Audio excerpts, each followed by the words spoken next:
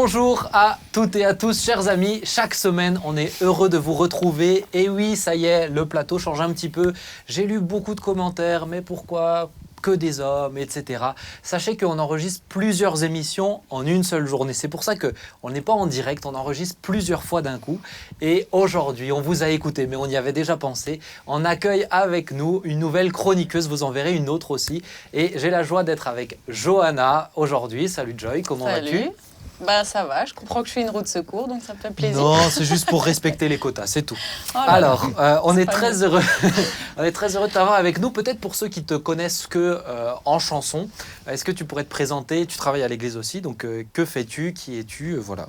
Mais sans chanter quand même. Sans chanter, ouais. C'est oui, top. en chantant, ça ferait Cendrillon. Ouais. Bon. Ben voilà, je m'appelle Johanna, déjà très heureuse d'être avec vous. Je vous dirai pas mon âge. Je peux vous le dire si vous voulez. Non. Voilà, je suis mariée, maman, et puis je travaille à l'APO, effectivement. Et tu fais quoi à l'APO ? Voilà, alors, c'est des fois un peu compliqué à expliquer. En fait, je suis... En fait, elle glandouille. Non, Vous voulez tout savoir ? ça Elle commence cherche, bien. Vas-y. C'est l'émission des clashs ou... Non, vas-y, on t'écoute.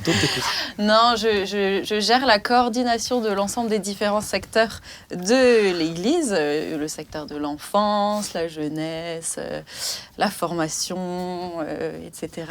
Ce qui veut dire que je travaille beaucoup avec tous les responsables de ces différents secteurs pour que voilà, l'organisation soit plus ou moins fluide.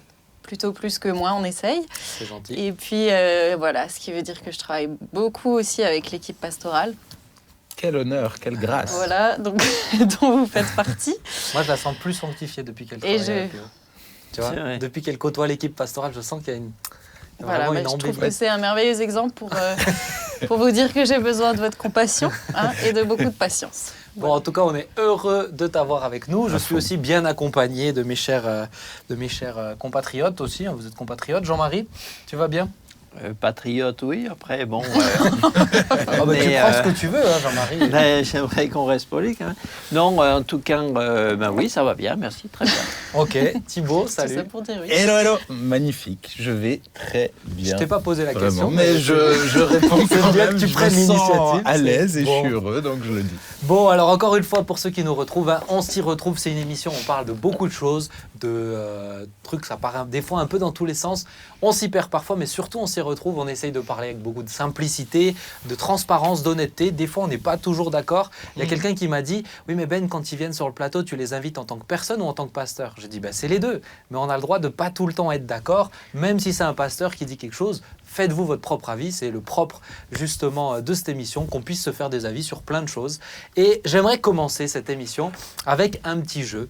Alors, je me suis dit « Tiens, je vais vous tester. » Oh, ça y est. Je vais tester vos connaissances. Attention, Johanna est de mauvaise perdante. Attends, c'est vrai.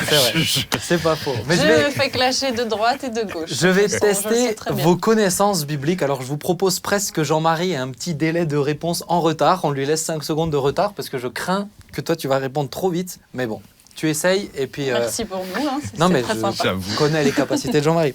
Alors non, allez, je vous en fais une qui est compliquée. Je ne sais pas si vous allez vous en sortir, mais la phrase m'a fait rire. En lui donnant son nom, la sage-femme a dit « Quelle brèche tu as faite ?» Qui est-ce ? Ah, ça, c'est dans la Bible. Ah bah c'est des questions bibliques, c'est ce que j'ai dit en introduction. Je l'ai lu il n'y a pas longtemps, parce qu'il a mis son bras. Il a passé son bras d'abord. Et ben c'était un des deux jumeaux. Jean-Marie, tu sais ou pas ? J'entends Tu pas sais. Thibaut, hein. C'est un des jumeaux. Quelle brèche tu as faite ? Quel beau Pérez. commentaire. Oh, C'est son prénom, oh c'est alors là, Pérez. je t'applaudis franchement, Merci. Johanna. Je ne suis pas pasteur. Non mais tu as je bien lis ma Bible. tu as bien fait de venir, mais en sachant que quand on vient à l'église, il faut travailler sa Bible, hein, même Eh si on n'est ben, pas pasteur. j'avoue que je n'aurais pas trouvé, je reconnais. Et ben voilà. Non, mais je l'ai lu il cette va semaine. falloir que je T'as replonge. bien fait, t'as bien fait. Ok, autre question. Celle-ci, normalement, ça devrait le faire. Comment fut surnommé Anania par le chef des eunuques ? Si tu sais, dis. Jean-Marie, t'es pas puni. Hein. Mais c'est Daniel ? Non. Ou c'est, je sais plus si c'est... Comment fut surnommé Anania par le chef des eunuques ? Comment fut Ah Fut-il renommé ? Ishak, Shadrach ou Abednego. Ouais, les c'est trois. C'est un des trois. C'était Shadrach, c'est ça. ça, ouais. Donc Anania, c'est Shadrach. Allez, je vous en fais une autre, tiens. Alors celle-ci, moi je la connaissais pas. Elle est vraiment technique, Jean-Marie. Peut-être que tu sauras nous dire. Comment la femme de Finney appelait-elle l'enfant qu'elle eut en apprenant la mort de son mari? Ichabod. Oh là là, Franchement, c'est incroyable. incroyable. C'est incroyable. Et moi, ça. C'est presque irritant. Si, en plus, ça a l'air facile. Ouais, non, il aime. Ichabod. Mais j'avoue que ce prénom t'aurait bien été aussi à son âge. Ichabod. Non, mais ça, pardon, je peux poser une question? Oui, vas-y. Du coup, c'est quoi la signification de ce prénom? Attends, c'est le Ichabod, prénom. ça veut dire pas béni ou quelque chose comme ça. Je sais plus, Non, je te souhaite pas ce prénom. Ok. quelque chose comme ça. Quel est ce souverain sacrificateur qui, au temps de Jérémie, rabattit la porte des brebis? Sacrificateur. Autant de Jérémie. Au temps de Jérémie, ouais. Sacrifié. Difficile. Hein. C'est dans Néhémie que tu le trouves, la réponse. Qui a Qui a rebâti la porte des brebis. Ah, rebâti. D'accord. Ah oui, je sais Autant pas ce que de tu as Jérémie. compris avec Non, mais- rebâti, mais J'avais compris refermer. Eliashib. Ok, bon, celle-ci, je l'avais pas. Allez, une petite dernière, ça c'est question de... C'est drôle quand tu dis à chaque fois, cette fois-ci je l'avais pas, j'ai l'impression que tu te lances vachement de fleurs. Bah Thibaut, toi, c'est pas parce que tu as un 0 sur 20 pour l'instant que tu peux... Allez, la petite dernière, question de rapidité. Top. À qui Jésus s'adressait-il lorsqu'il disait « Tu es le docteur d'Israël et tu ne sais pas ces choses Nicodème. Nicodème. » Vous entendez le ton qu'il emploie quand même pour le dire? Oh là là, Il nous l'a soufflé c'est- gentiment. Non, mais C'était presque condescendant, tu vois. Nicodème. Non. Nicodème. oh, bah, ça, c'est quand Bon. même. Pas de la part de Jean-Marie. Non, Jean-Marie c'est n'est pas, facile. Jean-Marie n'est pas condescendant. Ça, c'était C'est un facile. compatriote, il n'est pas condescendant. Alors, chers amis, on va commencer avec ce premier thème, introverti, extraverti. Êtes-vous plus intro que extra? C'est une question, en tout cas, je trouve assez intéressante parce qu'il y a beaucoup de gens qui, des fois, ne savent même pas. Et je trouve que c'est intéressant de pouvoir parler de ça puisque c'est vraiment au propre de la personnalité. Et je trouve que moi, j'aime bien ce thème. Donc, j'ai choisi de l'employer tout simplement. Voilà, tu Alors, nous l'imposes. première question, comment définiriez-vous une personne introvertie et une personne extravertie? C'est quoi pour vous? Ça m'intéresse. Ben, moi, je me suis penchée du coup sur la question. Non, c'est quelque chose que j'avais travaillé en cours et j'avais trouvé la définition super intéressante. Que, en fait, on a un peu le cliché que la personne extravertie, c'est la personne hyper sociable et tout ça. Alors qu'en réalité, une personne extravertie, c'est une personne qui ressource son énergie, qui se ressource quand elle est avec des gens. Tandis qu'une personne introvertie se ressource quand elle est plutôt toute seule. Mais ça n'empêche pas la personne introvertie d'être très sociable. Elle aime être avec les gens, mais c'est pas ça qui la ressource. Ok, est-ce que vous portez le même avis, Jean-Marie? D'accord. Ah, merci. Non, pour vous, qu'est-ce que Thibaut? Mais en tout cas, moi, cette définition me rassure parce que moi, tout le monde me considère comme un extraverti, mais je me ressource vraiment quand je suis tout seul. Alors que c'est un extraterrestre. Et je pense que je suis effectivement beaucoup plus introverti que ce que les gens imaginent. Et je suis sûr qu'en ce moment même, plein de gens en doutent. Mais c'est vrai que effectivement, je me retrouve beaucoup plus enrichi quand je suis tout seul. Ouais, mais par rapport à la définition, ça te convient? Bah ouais, vu qu'elle me rassure, je l'accepte. Je la Ok. valide. Toi, Jean-Marie? Oui, je trouve que c'est bien, c'est une bonne, comment dire, rectificatif quelque part, parce que c'est vrai qu'on pense souvent qu'introverti c'est quelqu'un qui exprime pas, alors que l'extraverti serait quelqu'un qui exprimerait beaucoup. Et effectivement, c'est vrai qu'en le redisant comme ça, c'est un peu différent. Il y a des gens qui expriment beaucoup, puis qui finalement sont seulement affables, quoi, sociaux, mais ils fonctionnent à l'intérieur. Hein. Oui, et puis après, intro à l'intérieur, extra à l'extérieur. Mais il y a aussi, je pense, toutes ces connotations. Pour beaucoup de gens, un introverti, c'est quelqu'un de timide. Mhm. Ouais, Ah oui, non, c'est ça. ça, non. Ouais, non. Tu confirmes, hein? Ah ouais, Non, mais ça n'a rien à voir. Tous ceux qui nous regardent, si vous êtes timide, si vous pensez introverti, ça ne veut pas dire que vous êtes timide. Moi, je suis un grand introverti. Ceux qui me connaissent, pour le coup, le savent. Les temps de solitude, je ne les subis pas, je les réclame. Et je pense que c'est essentiel. Après, je pense que c'est souvent des gens qui sont plus dans la... Ah, ça paraît péjoratif pour les extravertis, mais c'est pas du tout ça que je veux dire, mais plus dans la réflexion, les choses à l'intérieur. Ils ont leur monde à l'intérieur. Les extravertis, eux, c'est plus porté sur l'extérieur, avec les relations, etc., sur l'extérieur. Je sais pas, qu'est-ce que vous en pensez? Moi, en tout cas, je ne sais pas si je suis l'un ou l'autre, parce que J'ai besoin des deux. Mais Et justement, quand j'ai- c'est ma question. Parce qu'on ne peut pas être que l'un ou que l'autre. Ah. Il y a un pourcentage différent. D'accord. C'est plus ça. Est-ce que tu as plus une tendance introvertie qu'une tendance extravertie? C'est Mais plutôt j'ai ça, des la moments. question. J'ai des moments. Alors après, des fois, c'est comment dire, ça s'articule comme ça un peu dans l'équilibre. Mais il m'arrive de temps en temps où à un moment, tout d'un coup, je prends conscience que là, j'ai besoin d'être tout seul. Ouais. Et si je peux pas être tout seul, franchement, c'est Ça va dommage pour ceux qui auraient mieux fait de me laisser tout seul. Parce que vraiment, si j'ai besoin d'être tout seul, T'as souvent Là. besoin d'être tout seul alors. Hein. non, j'ai pas de souvent. Parce qu'on te subit souvent. Hein, quand Ah, même. Oui, mais pour Ils sont d'autres méchants. raisons. Pour d'autres raisons. Je suis pas d'accord. Pour d'autres raisons, mais ça fait. Mais non, des fois, si on devait me condamner à être soit tout le temps avec des gens, ou soit tout le temps tout seul, je ne sais pas si je préfère pas Ah, être je suis tout seul. d'accord. Ah, moi tout seul. Hein. Tout ça. Parce Ah, que moi, je le sais, hein. quand je suis tout le temps avec des gens et que je ne peux pas à un moment m'isoler, j'ai l'impression que je n'arrive plus. Mais donc à tu as, réfléchir. plus, épuisant. tu as plus une tendance introvertie que Mais c'est des moments. Ouais. C'est des moments, sinon. Vous êtes plus intro. Toi, Thibaut, tu l'as dit, Joy? Moi, je pense que je suis plus introvertie. En tout cas, que effectivement, je me ressource plus quand je vais avoir un moment toute seule. Maintenant, dans le travail, par exemple, je trouve que ça va être plus stimulant d'être en équipe. Ouais, ok. Et que du coup, et en même temps, j'aime beaucoup les moments en famille et tout ça. Mais c'est vrai qu'il y a un moment où, comme Jean-Marie, il y a juste un moment où je vais aller me promener, où je vais aller. Et est-ce que vous arrivez, est-ce que ça match, alors ça m'intéresse aussi peut-être avec vos conjointes, mais est-ce que ça match du coup sur le plan du caractère? Moi, Sylvia, c'est une extravertie. Bon, il y a eu des fois des frictions parce qu'on se comprend difficilement. Moi, elle ne comprend pas que c'est vital pour moi le fait d'être seule. Elle pense que je la rejette. Enfin, elle pensait, c'est réglé les amis. Mais est-ce que, comment vous le vivez? Est-ce que vos compagnes, vos épouses et votre époux, ton époux, sont plus extravertis, introvertis? Est-ce que ça match?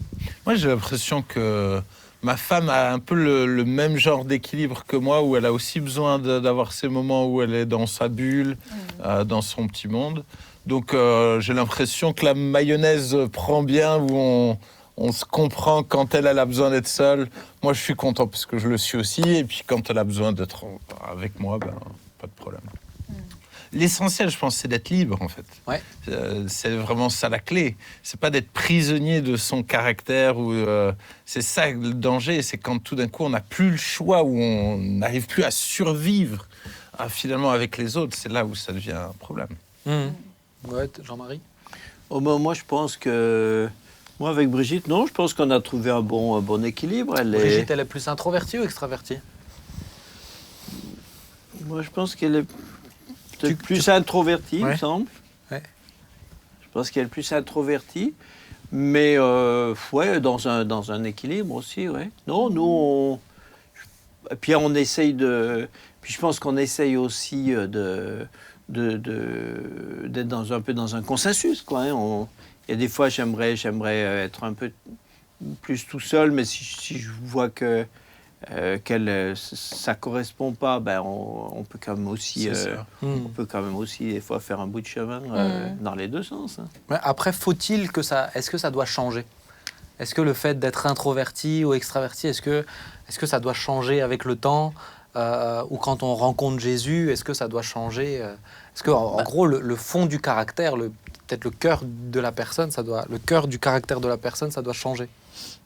Moi, je pense que en fait, c'est pas un péché d'être intro ou extraverti. C'est gentil de me rassurer, merci. Non, mais donc, du coup, pourquoi la personne devrait... Non, mais parce que certains disent, mais il faut changer. que je sois plus vers l'extérieur, il faut que je sois plus... Mais il y en a qui ont changé. Ouais. Je veux dire, il y a des gens où effectivement qui sont partis d'une nature très très introvertie. Leur conversion les a amenés finalement à s'ouvrir, à presque avoir besoin du côté social.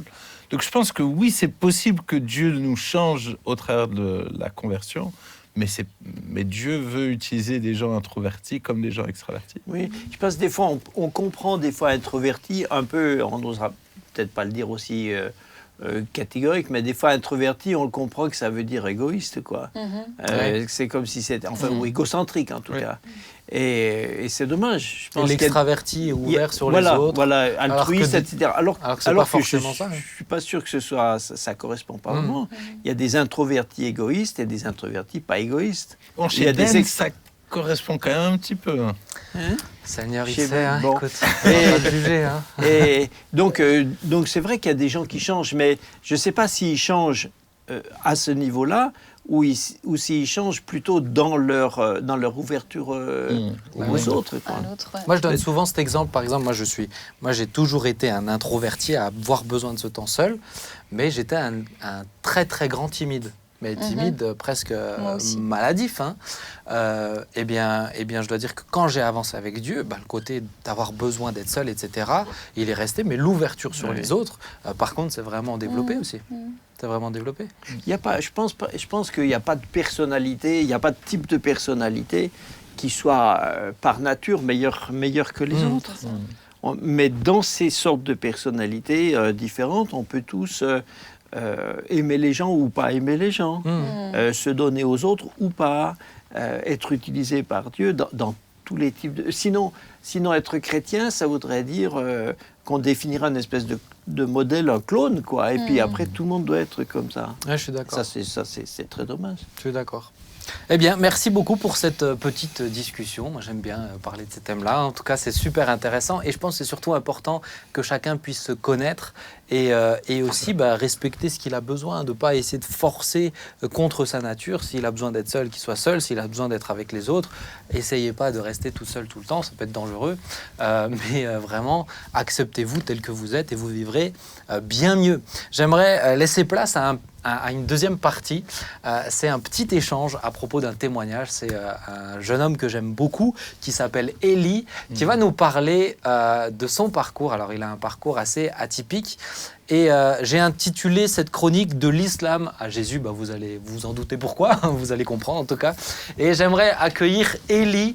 Élie, si tu m'entends. Bonjour Élie, ça va? Bonjour à tous, ça va, merci et toi? Oh, oui, quand je te vois, tu es magnifique. On dirait que tu as une auréole. Merci. Ouais. T'as pas l'air surpris qu'on te dise t'es magnifique, c'est bien. Élie, est-ce que tu peux te présenter en quelques phrases qui tu es, quel âge tu as, ce que tu fais dans la vie? Voilà, on voit que tu aimes le PSG, c'est bien de montrer tes valeurs. Non, en vrai, même pas spécialement, c'est juste j'aimais bien le haut, mais bon. Du coup, moi j'ai 24 ans et je m'appelle Élie comme tu m'as introduit et je travaille comme éducateur dans un foyer en ce moment et donc je suis sur un groupe avec des enfants de 4 à 13 ans. Ok. Et c'est quoi ton parcours? Parce que tu as bien entendu, la chronique s'appelle « De l'islam à Jésus ». Parle-nous un petit peu de ton parcours, ce qui s'est passé, d'où tu viens. Ok. Alors du coup, moi je suis né de base dans une famille chrétienne, donc je venais à l'église quand j'étais plus jeune. Donc j'ai fait les clubs, j'ai fait une fois 5 ans, mais c'était un petit peu, voilà, je suivais mes parents. Et en grandissant, donc assez rapidement, dès que j'étais jeune, en fait, j'ai commencé à m'éloigner de la foi chrétienne. Et du coup, dans ma famille, donc il y avait des musulmans, mes amis, mon entourage des musulmans, et j'ai commencé à aller vers là-bas. Et en même temps, je m'étais éloigné de la foi chrétienne, j'avais des doutes, des interrogations, et en fait, donc vers mes 15 ans, j'ai décidé de me convertir en fait à l'islam, du coup. J'ai vécu comme ça en fait en tant que musulman jusqu'à là maintenant il y a 2 ans. Et qu'est-ce qui t'a attiré dans l'islam? Qu'est-ce qui a fait que tu t'es tourné vers l'islam à ce moment-là? Comme je t'ai dit, je pense que c'était aussi un petit peu mon entourage. Avant, je disais toujours que non, je l'avais un petit peu nié, mais je pense que le fait d'avoir de la famille musulmane, des amis autour de moi musulmans, et comme je t'ai dit aussi, j'avais des doutes, des interrogations en fait, sur la foi chrétienne, des choses que je trouvais fausses, bizarres. Et après, donc en fait, je voyais les musulmans qui vivaient une foi plus au quotidien. J'ai l'impression que certains chrétiens ça se résumait pas que aller par exemple à la mosquée. J'ai l'impression qu'ils étaient plus là, genre avec les prières quotidiennes, une foi plus dans la famille, à prier ensemble dans la famille. Et ouais, j'ai l'impression qu'ils avaient une foi un peu plus active et en même temps ils étaient fiers, ils avaient une certaine assurance que je n'avais pas l'impression de retrouver chez les chrétiens. Et Et ouais, c'est ça, dans l'ensemble, c'était ça. Et du coup, quand tu t'es converti donc à l'islam, est-ce que tu étais, je dirais, un musulman modéré ou vraiment investi, hyper à fond? Tu t'étais comment? Du coup, donc, quand j'ai décidé de me convertir à l'islam, j'ai commencé, j'allais à la mosquée, donc je priais. Donc, j'avais appris la prière, donc je faisais le ramadan et tout, donc j'essayais de faire la prière, mais après, honnêtement, j'avais du mal à être assidu, que ça soit dans les heures ou que ça soit même dans la prière tout le temps. Franchement, j'ai du mal avec les 5 prières quotidiennes. Il y avait une période où j'essayais vraiment, et après, en fait, petit à petit, en fait, la rigueur, j'ai envie de dire, que ça demandait, le fait de devoir faire tous ces actes religieux, en fait, j'ai eu du mal, et petit à petit, j'ai décroché, donc que ça soit de la prière au quotidien. Après, j'ai commencé à arrêter tout doucement d'aller aussi à la mosquée, et voilà. Ok. Est-ce que tu avais comment dire, la conviction que tu étais dans quelque chose de juste, que c'est ça la vérité, ou est-ce que tu as suivi à cause de ce que tu disais, de l'exemple que tu voyais des amis, mais tu n'as pas eu cette conviction au fond de ton cœur, au fond de tes tripes? En fait, donc pour moi, comme je l'ai dit, en fait, je croyais toujours en Dieu, et comme j'avais plus cette foi chrétienne, en fait, j'étais beaucoup tombé sur aussi des enseignements musulmans qui dénigraient un peu la Bible et ce genre de choses, et donc j'avais pris ces choses pour vraies. Donc automatiquement, pour moi, la vérité, comme il y avait ce Dieu, ça pouvait être plus que l'islam. Donc oui, j'y croyais, mais j'avais toujours du mal, du mal à pratiquer. Je trouvais que c'était un Dieu distant, mais oui, j'y croyais. Et qu'est-ce que tu répondais à tes potes chrétiens, ta famille chrétienne aussi, puisque tu avais une partie de ta famille qui était chrétienne, tu leur répondais quoi? En fait, en dehors de ma famille, on m'a pas vraiment parlé de religion, de ce genre de choses. Enfin, avec des chrétiens, je parle, hein. Bien sûr, sinon on parlait de l'islam et ce genre de choses. Mais après, dans ma famille, franchement, il y avait mon père des fois qui me parlait un petit peu, et comme lui, il était aussi musulman de base, lui, il me disait plutôt des choses qu'il avait posé problème dans l'islam. Et en fait, il me disait toujours un petit truc et il partait. Il me laissait seul avec ça. Du style, je sais pas, ils font comment les gens pour faire le ramadan dans les pays du Nord avec 6 mois de soleil, enfin des trucs comme ça, et il partait. Il me laissait juste avec des petits trucs comme ça.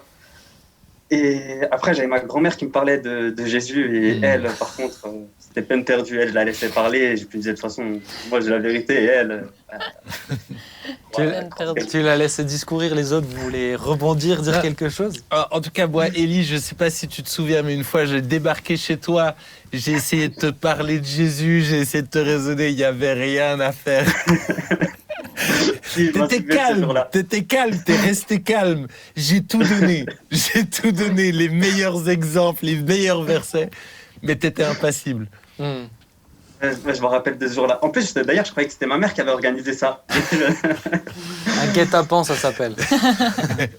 Qui n'a pas fonctionné. Et qu'est-ce qui s'est passé, Élie? Comment ça se fait que tu es venu vraiment à Jésus, ou tu es revenu, mais plus j'ai envie de dire tu es venu pour de vrai. Qu'est-ce qui a fait que tu as quitté l'islam pour venir à Jésus, quoi? En fait, il y a 2 ans, j'étais parti faire mes études à Strasbourg. Et donc je m'étais retrouvé un peu tout seul là-bas, et en fait c'était une période où vraiment c'est Dieu qui s'est révélé vraiment en moi, en fait, parce que j'étais pas vraiment en recherche, et je tombais vraiment quotidiennement sur un verset de la Bible, c'était Matthieu 6,33. Cherchez premièrement le royaume et la justice de Dieu, et toutes ces choses vous seront données par-dessus. Et je tombais tout le temps, et en fait c'était involontaire, je tombais sur les réseaux sociaux, sur ce genre de choses, et en même temps il s'était passé plusieurs choses. Il y avait ma grand-mère du coup qui me disait genre si t'as des sujets et tout, enfin s'il y a des choses qui vont pas, des fois je disais que j'avais des petits soucis, et elle me disait je devais prier pour, ça me fait un sujet de prière. Et du coup en fait dès qu'elle priait, dès qu'elle me disait ça, le lendemain mon problème il était toujours résolu, et je me dis attends, mais sa prière elle marche quand même, hein. Et j'ai plein de petits trucs comme ça. Et après arrivé un soir où en fait j'ai pris conscience de ma situation, j'ai réalisé que j'avais besoin de Jésus pour être sauvé, et en fait c'est à ce moment où j'ai vraiment donné ma vie à Jésus, et je me suis dit, il faut que je le suive, et il faut que j'avance avec lui. En fait. Ouais, mais donc tu as eu un switch parce que tu as vécu une expérience, c'est ça? Ouais, voilà. En fait, c'est surtout plein de petites expériences, on va dire, pendant un mois et demi peut-être, où j'ai vécu plein d'expériences. Il y a aussi une personne dans ma famille qui était malade, et j'avais appris à ce moment qu'elle a été guérie d'une façon assez miraculeuse. Enfin, c'était vraiment plein de petites choses, en fait. Les autres, vous aimeriez lui poser une question, lui dire quelque chose?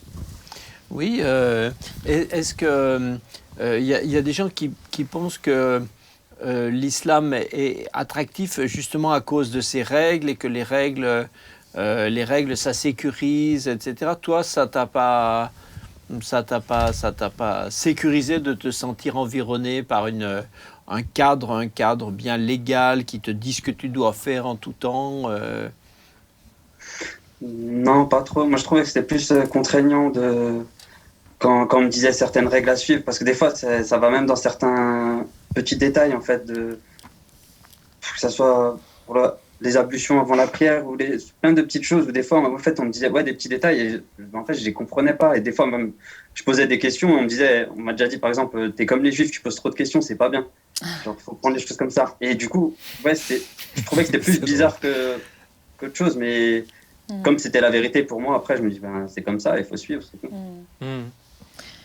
Et moi, je voulais savoir, est-ce que du coup, depuis que tu es venu au Seigneur, tu as pu garder des relations avec tes amis musulmans?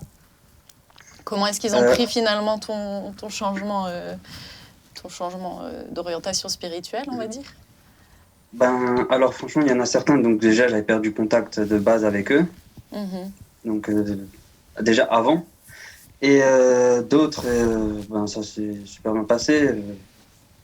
Ouais, franchement, ça s'est super bien passé dans l'ensemble. Avec tous ceux avec qui j'étais en contact avant, ben, c'est pareil, en fait. Ils ont accepté ton choix, quoi. Qu'est-ce que tu dirais à quelqu'un qui est musulman, qui se pose des questions? Ben, moi, je dirais que déjà, quand j'étais plus jeune, du coup, j'ai grandi, j'ai vu la religion chrétienne. Et après, donc, j'ai connu aussi cette religion et l'islam, du coup. Et ben, en fait, ça m'a pas vraiment changé, ça a rien fait de moi. Enfin, c'était juste un petit peu à l'extérieur, des petites choses comme ça. Mais vraiment, ce qui m'a vraiment changé, ce qui m'a vraiment transformé, c'est quand j'ai rencontré Jésus. Et si je dois vraiment dire une chose, c'est vraiment chercher en fait ce Jésus qui sauve et qui nous transforme, qui m'a métamorphosé moi et qui peut faire pareil avec lui, avec eux. Mais justement, moi, c'est la question que je voulais te poser. Toi qui as, encore une fois, ton parcours, il est atypique. Tu venais dans l'église en étant enfant de chrétien, sans être forcément toi-même converti. Ensuite, tu es allé dans l'islam et ensuite, tu as vraiment rencontré Jésus. Et ma question, c'est celle-ci, je me l'étais notée, mais comment aujourd'hui tu comprends le fait d'être chrétien?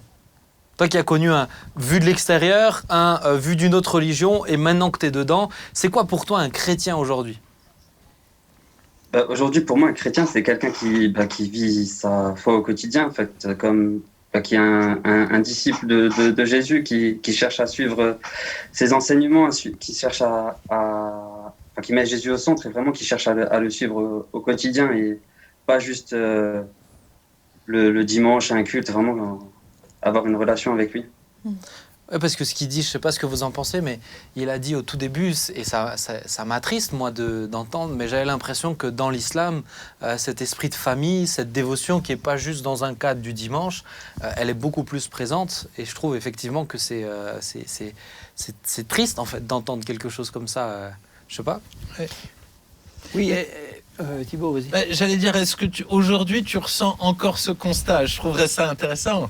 C'est de se dire, est-ce qu'aujourd'hui tu as l'impression que l'Église est différente ou quel est ton regard sur ça en fait?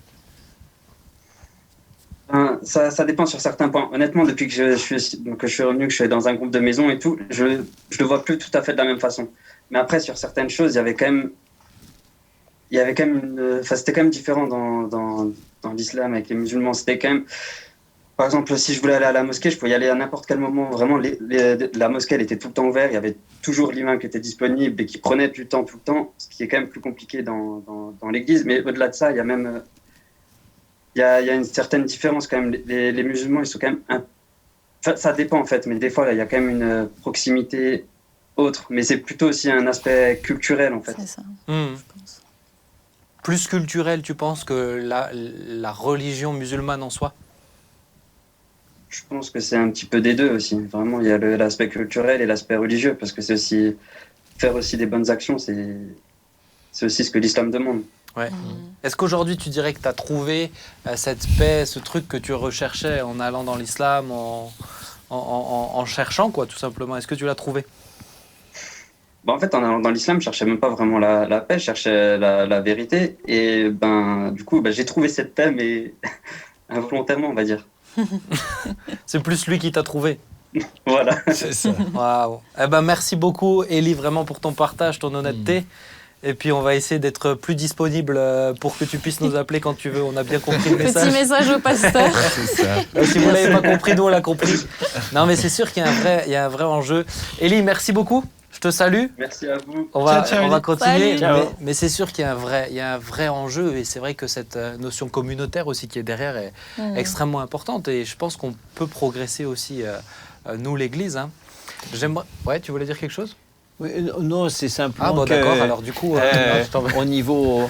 La culture occidentale est quand même très individualiste. Hein. C'est ça. Et le français me semble être encore plus individualiste que les individualistes. Hein. c'est juste. Hein. Parce que même dans certains pays, même en Afrique, dans des cultures non animistes, non musulmanes,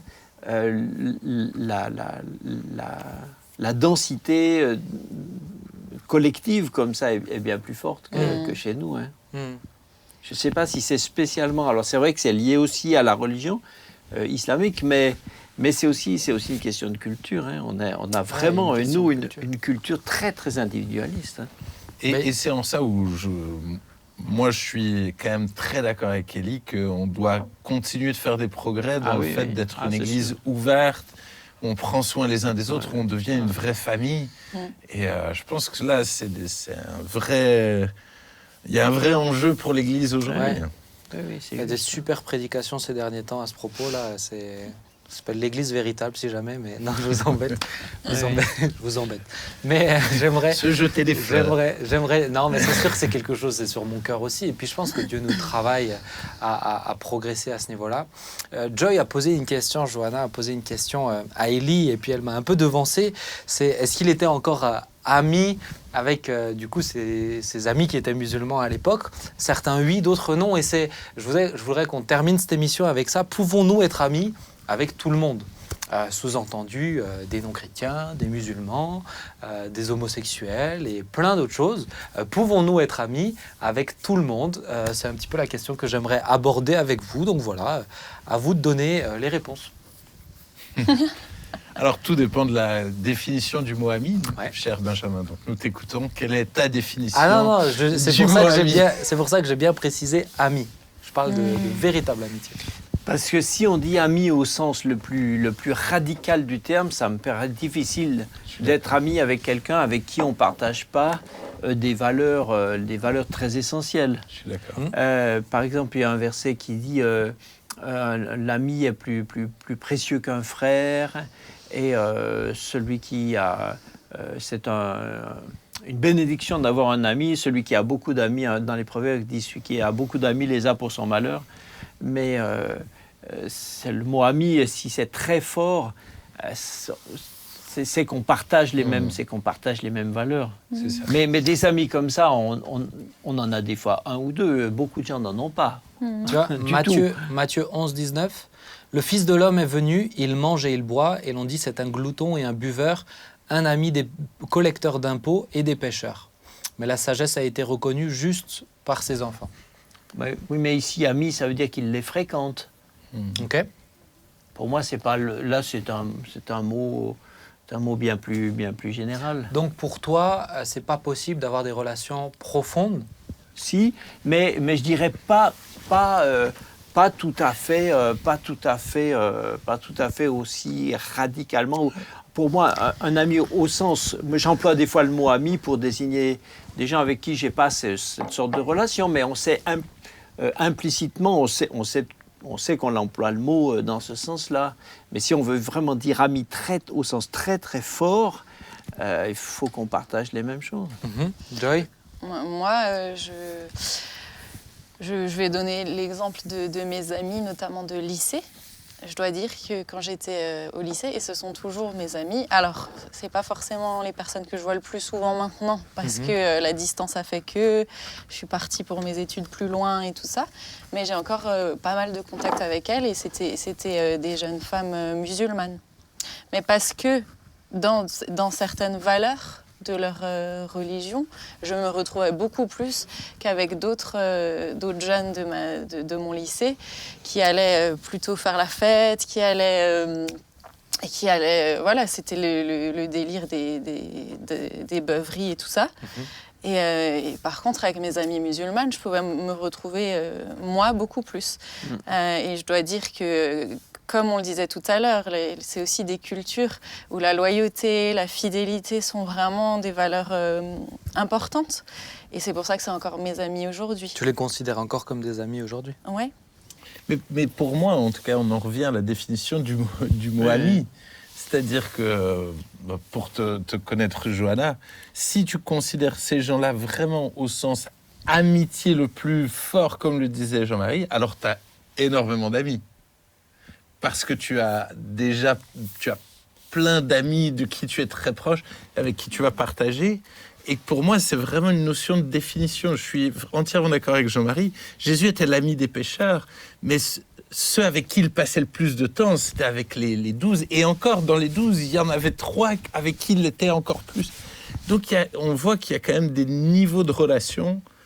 Et effectivement, de dire à quelqu'un qu'il est vraiment mon ami au sens le plus noble, ben effectivement, c'est très fort. Je pense que beaucoup de gens n'ont pas amis. du tout un ami au sens très très fort. Même Jésus dit aux disciples le dernier soir, là, dans Jean 14, 16, là, il leur dit ce soir, je vous appelle mes amis. Les gars étaient déjà disciples depuis des années, ils étaient en formation avec lui depuis des années, ils étaient déjà apôtres et pas encore amis. Donc je me dis, alors c'est pas une graduation hiérarchique entre les mots, hein, mais beaucoup de chrétiens, alors là on change un peu de sujet, hein, mais beaucoup de chrétiens servent Dieu, sont serviteurs de Dieu, sans être peut-être pas forcément ses amis. Hein. Mais est-ce que... Ouais, vas-y, Joy. Je reviens sur la définition. C'est vrai que forcément, étant chrétienne, j'ai des amis chrétiens, chrétiennes pour le coup, avec qui je vais pouvoir partager plus de choses et avec qui je vais, en tout cas spirituellement, forcément, pouvoir partager plus de choses et prier ensemble. Et ça donne une toute autre dimension à l'amitié. Mais il n'empêche que les personnes dont je parlais tout à l'heure, c'est des personnes... à qui je vais pouvoir quand même confier un problème, parce que je sais que c'est des personnes qui vont m'entendre, qui vont m'écouter. Et alors, il n'y aura pas la réponse de la prière derrière, mais en soi, c'est des personnes que j'aime tout autant. Alors, je les côtoie moins, parce que, comme dit, la vie a fait que, mais je ne peux pas dire que je les aime moins, parce qu'elles ne sont pas chrétiennes. Je ne sais pas si vous voyez ce que je veux dire. Mais c'est sûr qu'après, l'aspect spirituel de l'amitié l'emmène plus loin, l'emmène dans autre chose. Et je trouve, moi, c'est très intéressant de t'entendre, Joy, et d'entendre les autres échos aussi, parce qu'il y a des points de vue qui peuvent être un peu différents. On n'essaye pas de se convaincre dans une discussion comme ça. Maintenant, c'est... peut-être, des fois, je vois, moi aussi, ce défi de chrétiens qui se coupent du monde. Oui, tu vois, qui se coupent, mais pas juste qui ont des relations superficielles avec les gens, qui se coupent de relations, même ne serait-ce qu'un peu plus profondes. Alors on les appelle amitié ou ce que vous voulez, mais des relations un peu plus profondes, ils se coupent parce qu'il n'a pas les mêmes convictions que moi, parce qu'il n'a pas les mêmes valeurs, parce qu'il n'a pas la même orientation sexuelle que moi. Alors je me coupe. Par peur qu'il déteigne sur... Par plein d'autres choses. Et c'est justement, moi, ce texte, je l'aime beaucoup, Matthieu 11, 19, même si effectivement, moi, je vous rejoins. Je pense que le terme, à ce moment-là, il n'est pas connoté à amitié profonde, mais c'est des gens que Jésus côtoyait et qu'il aimait côtoyer. Et avec qui il était. Oui, c'est sûr. Et moi, ce que j'aime avec le Seigneur, c'est que je trouve que quand on lit les évangiles, on n'a pas l'impression que pour lui, les gens sont des cibles. C'est des gens qui l'aiment sincèrement. Et je trouve que des fois, en tant que chrétien, on a cette tendance à dire il faut que je témoigne, il faut que j'ai fait mon quota en gros. Ouais, c'est ça. Alors qu'en fait, Jésus n'a pas pris les gens pour des cibles, il les a aimés. Et si tu veux aimer quelqu'un, il faut apprendre à le connaître un minimum, d'où la notion d'amitié. Alors c'est sûr, avec les degrés dont on a parlé, mais une notion de je m'investis dans une relation d'amitié plus ou moins, quoi. Et puis sans les mettre dans des catégories. Voilà. On fait Moi, je me souviens quand j'étais pasteur mon premier poste, si on peut dire, quand j'étais dans l'Isère, à Bourgoin-Jallieu. Et il y a une dame qui s'est convertie, et son mari, donc on l'a baptisé, tout ça, son mari, lui, ne s'est jamais converti, encore aujourd'hui, ou alors il ne me l'a pas dit, mais bien qu'il n'ait jamais partagé la foi, avec lui, je peux dire que c'était un ami. Alors pas, voilà, encore une fois, pas au degré machin, mais on avait besoin de quelque chose. Il m'aurait rendu service. Une fois, je devais aller pourtant en Normandie en vacances. C'était quand même à prêter sa voiture. Quand on partait, il était là. On est parti en Afrique. Il nous a aidés, il nous a soutenus. Et puis il y avait un vrai quelque chose dans son cœur. Et ouais, c'était vraiment. Et de temps en temps, je lui disais, mais ouais, monsieur, oui. Mais c'est ça, on ne devient pas ami avec des personnes qui ne partagent pas la même valeur pour qu'ils partagent la même valeur. C'est parce que justement, je crois que c'est le fait de rester la lumière qu'on est censé être.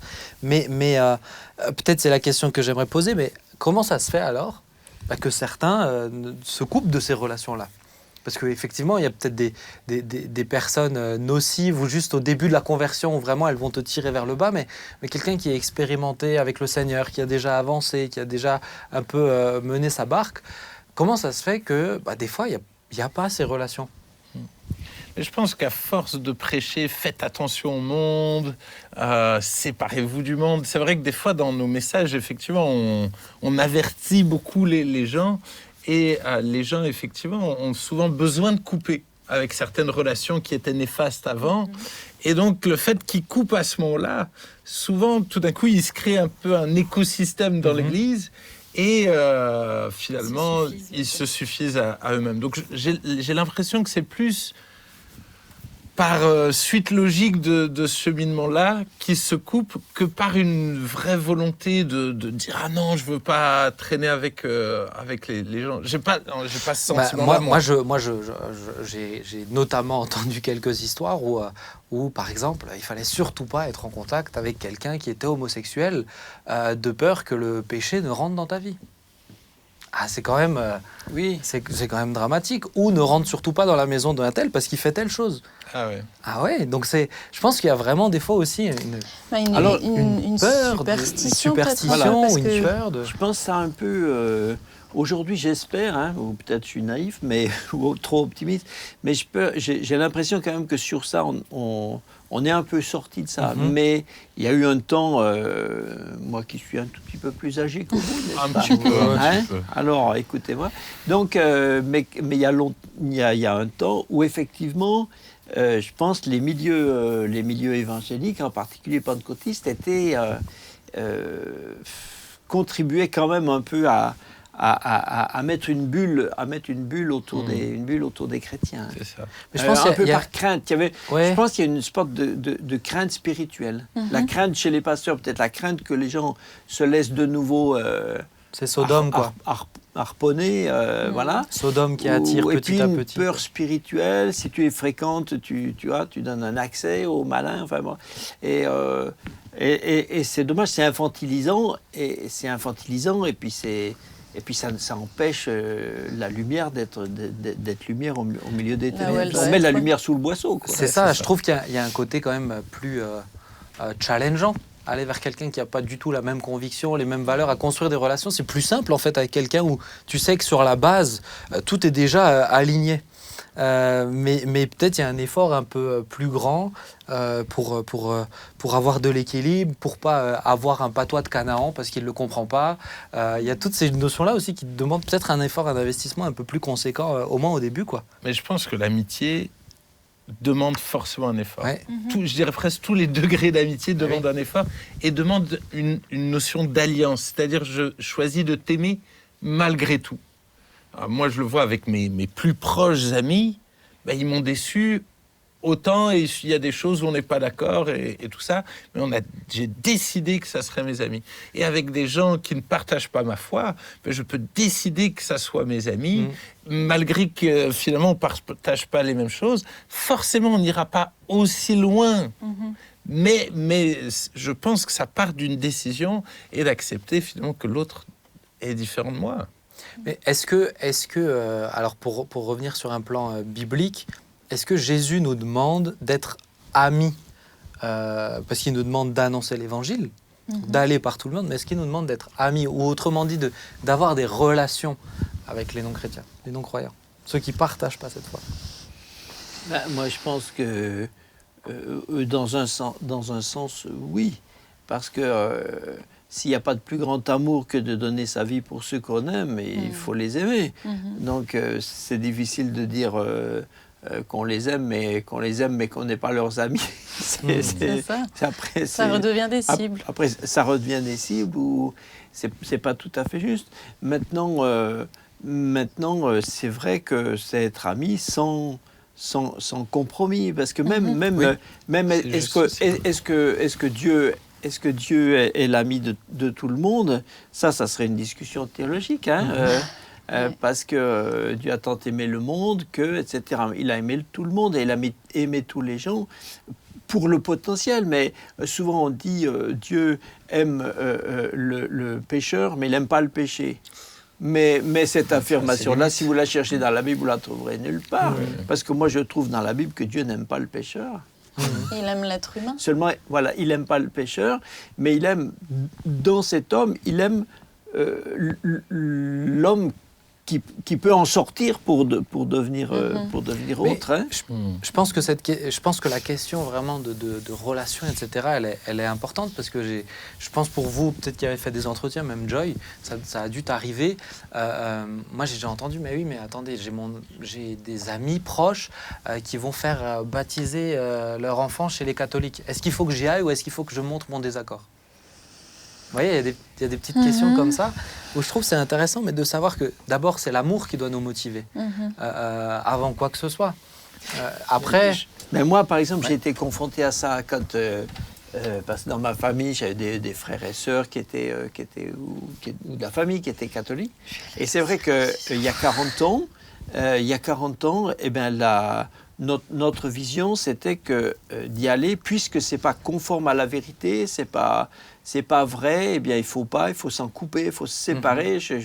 Après, j'ai regretté, j'ai dit j'ai mal fait, parce que du coup, je pense que j'ai des fois mis à mal des relations, parce que j'ai écrit en disant non, ce que vous faites, c'est pas conforme, la Bible dit que le baptême, c'est ça, etc. Tu leur as écrit ça sur le livre d'or? Une prédication. Non, mais j'y suis pas allé, donc je leur ai écrit par lettre. Et après, je me suis dit, mais c'est idiot. Si j'y étais allé, voilà, sans participer. Mais après, du coup, naturellement, on aurait discuté. Vous avez fait quoi? C'est quoi? Ça correspond à quoi?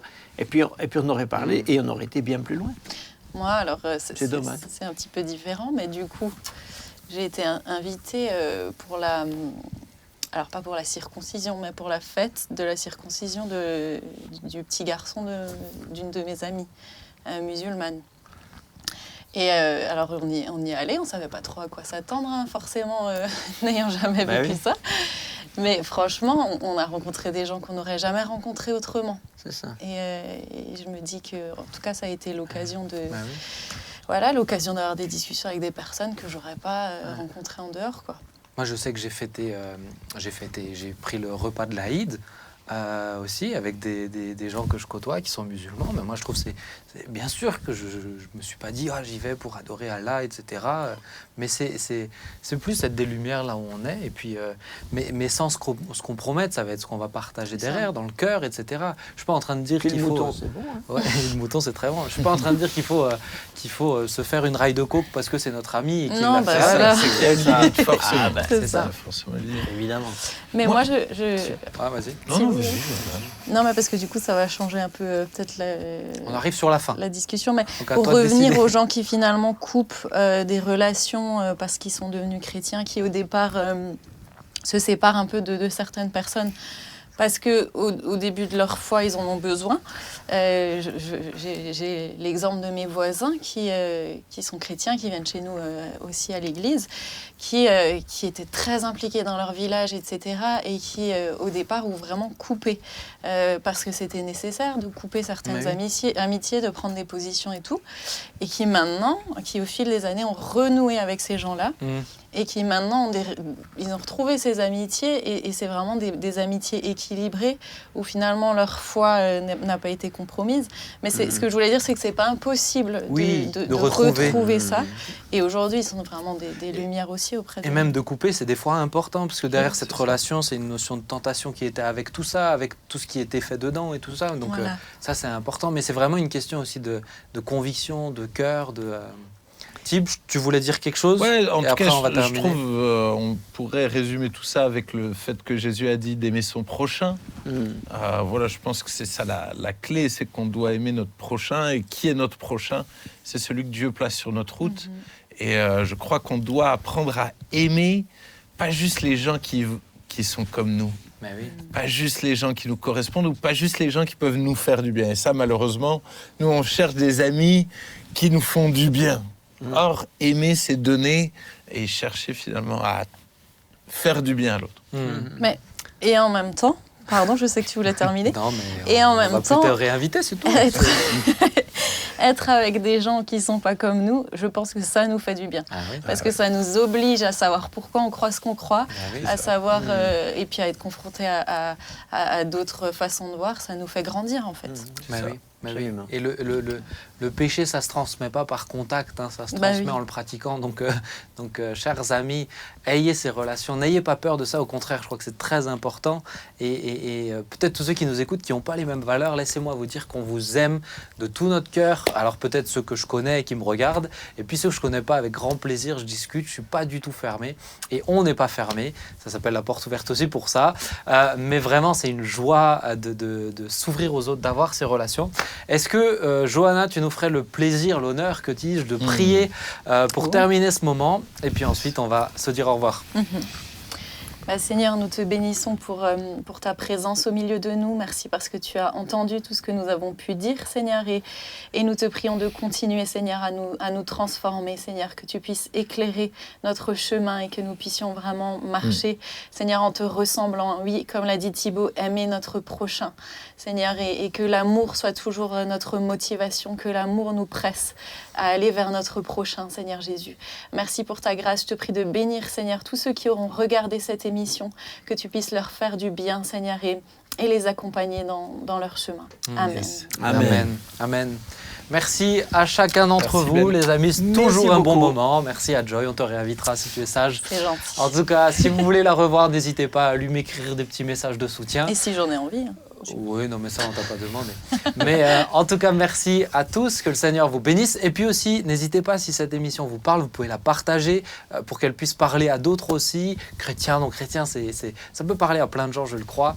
Rendez-vous vendredi prochain à 19h. À très bientôt. Ciao, ciao. Ciao. Au revoir.